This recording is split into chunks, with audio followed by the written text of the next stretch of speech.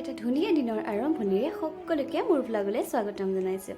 আজি ব্লগটোত আপোনালোকক এঠাইলৈ লৈ যাম। বলকচোন কলৈ লৈ যাম, মোৰ ভিডিঅ'টো স্কিপ নকৰাকৈ শেষলৈকে চাই থাকিব। আমি আজি আহিছোঁ নগাঁৱত থকা মহামৃত্যুঞ্জয় মন্দিৰ ভাগলৈ। এই হাতত পূজাৰ থাল আৰু চাকিৰ থালখন লৈ আমি আটাইকেইজনী সোমাই গ'লোঁ মন্দিৰৰ ভিতৰলৈ। ৰ'ব, মন্দিৰৰ ভিতৰত নহয়, বাহিৰতে এনেকৈ বন্তি প্ৰজ্বলনৰ এটা গৃহ বনাই থোৱা আছে। তাতে বন্তি প্ৰজ্বলন কৰি আমি আটাইকেইজনী মন্দিৰৰ ভিতৰলৈ আহিলোঁ। উৎকট গৰম আৰু ৰ'দত আমাৰ ভৰিকেইটা জ্বলি পুৰি যোৱাৰ নিচিনা লাগিছিলে।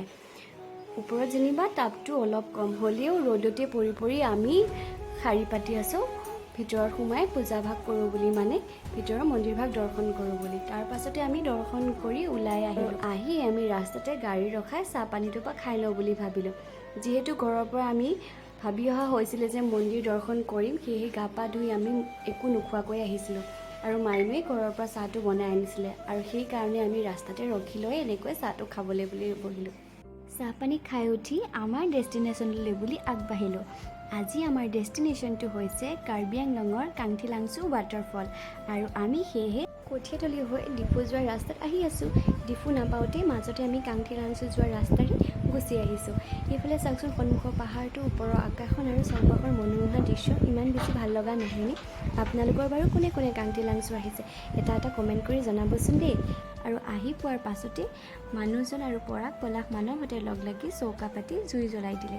আৰু এইফালে আমিও বস্তুবিলাক উলিয়াই ৰন্ধা বঢ়াত লাগি গৈছোঁ। মানে শাহু মায়ে ঘৰৰ পৰাই কুকাৰতে ভাতটো বনাই দি পঠাইছিলে। ইফালে আকৌ হাঁহৰ মাংসখিনি মই মেৰিনেট কৰি লৈছোঁ। ইফালে মাইনো বনাবলৈ ৰেডি, মানৱে আকৌ খৰি আনি দিছে। এইফালে পলাশতেও ইটো সিটো কামত সহায় কৰি দিছে।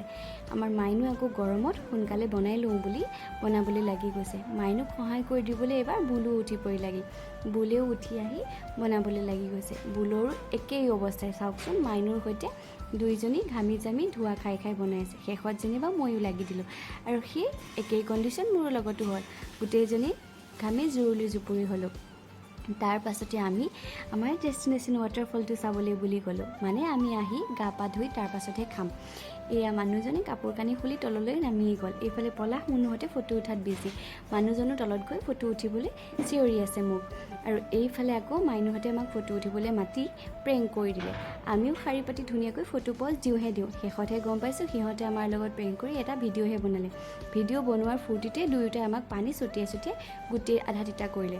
সেয়েহে আধা তিতা হ'লোৱে যেতিয়া, লগতে বৰষুণো পৰিল, আৰু শেষত গৈ জুৰিটোতে ধুনীয়াকৈ গাটো তিয়াই ল'লোঁ। এইফালে মাইনু বুলহঁতেও পানীত গা ধুই ক'ব নোৱাৰা হৈ আছে। ইফালে আকৌ পৰাগে শিলৰ ওপৰৰ পৰা জঁপিয়াবলৈ আৰম্ভ কৰিছে। সি আহি জঁপিয়াই দিলে, লগতে তাৰ চেইনডালো হেৰালে পানীৰ মাজতে।